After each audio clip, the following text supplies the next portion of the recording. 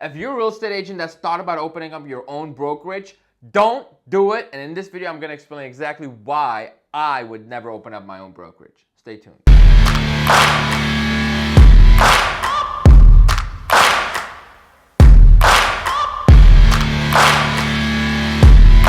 Hello there, ladies and gentlemen. Hope you're all having a fantastic day. If you don't know who I am, my name is Aram. I'm a real estate agent in the Chicagoland area. I come to you twice a week with some type of valuable content, either documenting my journey as a realtor, all the mistakes I made as a realtor, my experience in business, and hopefully you enjoy it. And if you do me the greatest honor, like the video, subscribe to the channel if you're new, and of course, leave a comment below with your thoughts, feedback, concerns, compliments, insults, and more importantly, tell me why you are thinking about starting a brokerage or why you think it's a bad idea, because I'm about to share my opinions. What a beautiful segue. And if you've been watching some of my videos, you know I use my hands a lot to talk, but this right shoulder is pretty much shot to smithereens, so we are not gonna have a lot of motion in this video, so I need you to stay with me, okay? Let's get into it. Starting my own brokerage. Have I thought about it? Yes, when I was a younger, dumber, more naive individual. But as I got into the real estate game, I realized it's one of the worst things you could do for your business, in my humble opinion. So here's how I think. As a real estate agent, I really don't have a lot of overhead, right? I don't have any expenses short of like my marketing budget, paying for Jorge, leasing an office, like a small little suite. Other than that, and maybe your monthly fees and your association dues, other than that, you have no overhead, but you have all the cash flow, all the revenue coming in as a real estate agent if you are a top producer. Once you open up a real estate brokerage, instantly you have more responsibilities, more liabilities, and the only way you can generate revenue is to rely on other real estate agents. And what do we know about other real estate agents? 90% of them will fail and never make you any money. So if I start a brokerage, right, and I lease a retail space that's like $3,000 a month, I have to hire an admin staff, I have to hire a managing broker, I have to get the license certification for all that, make sure that all my insurances are in place, supply the utilities, have a printer, worry about everything breaking, all that. First, I got to recruit. So I got to recruit 100 real estate agents. I only make money on the 10, but all 100 of them are bothering me every day with like, what programs do you do? We need this, we need that, blah, blah, blah, blah, blah. And I don't need that in my life, which is why I have no intentions of ever starting my own brokerage. From a young man, I knew my goal was not to make $300,000, $400,000, $500,000, or even $1 million a year. That was not my goal. I am interested in making 10, 20, 30, 40, 50 million, $100 million a year. And that is not possible with a real estate brokerage. It's a very small business genre, if I may say so. And you're just basically limited to how much you can grow. And it's based on somebody else's hard work. And if I know anything about real estate agents, and short of everybody watching this video, I hate everybody else, all right? If you're in the industry, you know one thing about real estate agents, we are the worst. Most of us are uneducated, lazy, unethical, don't dedicate ourselves to our clients, have no idea what we're doing half the time, don't understand communication, don't understand sales, and have absolutely no control over the client. That's majority of real estate agents. Now, why would you or me want that hassle over my head? For me, I'd rather take that same amount of money and invest it in real estate. As my business as a broker is coming in, is bringing in revenue, I want to take that money and invest in real estate and grow my wealth.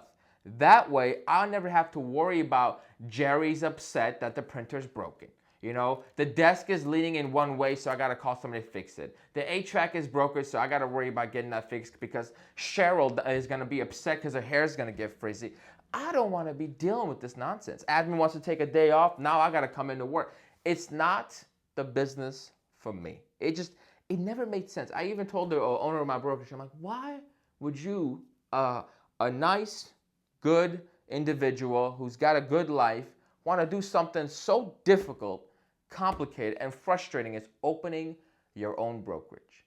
And the only positive I can see is that it gets you out of the real estate sales side of the transaction to more of a recruiting, service-based type of business where like you no longer, if you stop working and your other real estate agents are working, then you're in business, right? So that's the only real benefit to it, but the costs, the risks, I just don't think they're worth it. I just don't see the value. And furthermore, recruiting real estate agents in this day and age with the way that brokerages are going with the flat fee brokerages or 100% commissions, all that, it's almost impossible for us to make money over here, right? I don't know how he makes money. I'm gonna be honest, I don't know.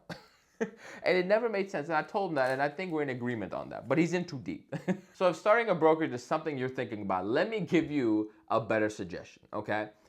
The next best thing, short of owning your own brokerage to have all the control you want, is to start a team, right? And then build that team just like any other business under someone else's brokerage that you know is going to give you the authority to do whatever you need to do, right? That's really the only appeal of starting your own brokerage. Nobody could come to you and say, hey, don't do this, don't do that.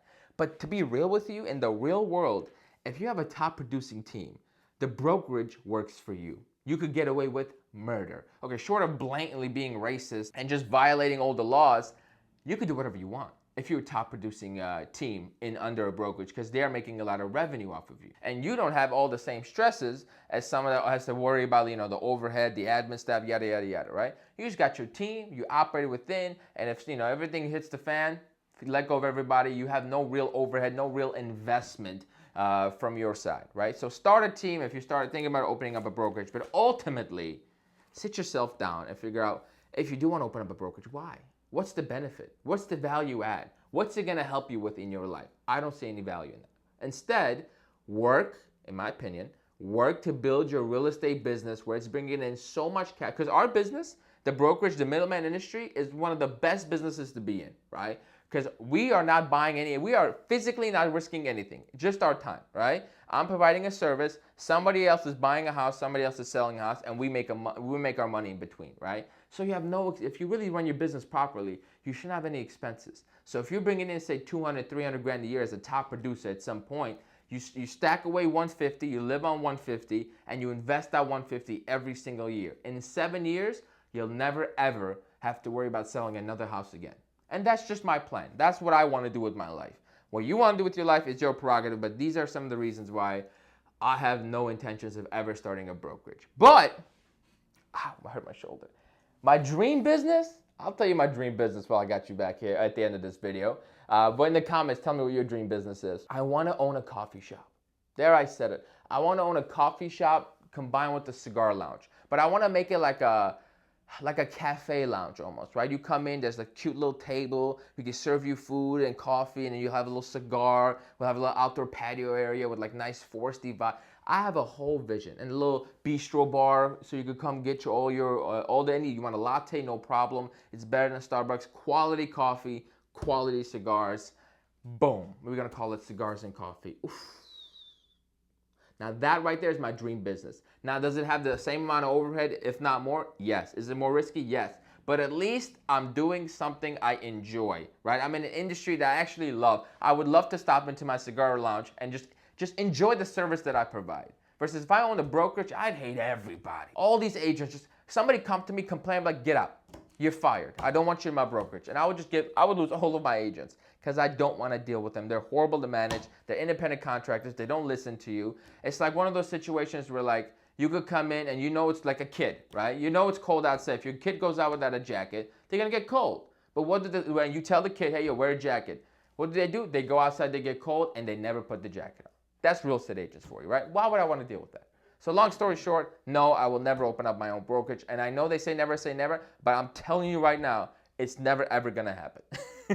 So if you enjoyed this video, let me know what your dream business would be in the comments. And the best way to get to that dream business is through investing. So there's your strategy. Please like, comment, subscribe. I'll see you on the next one.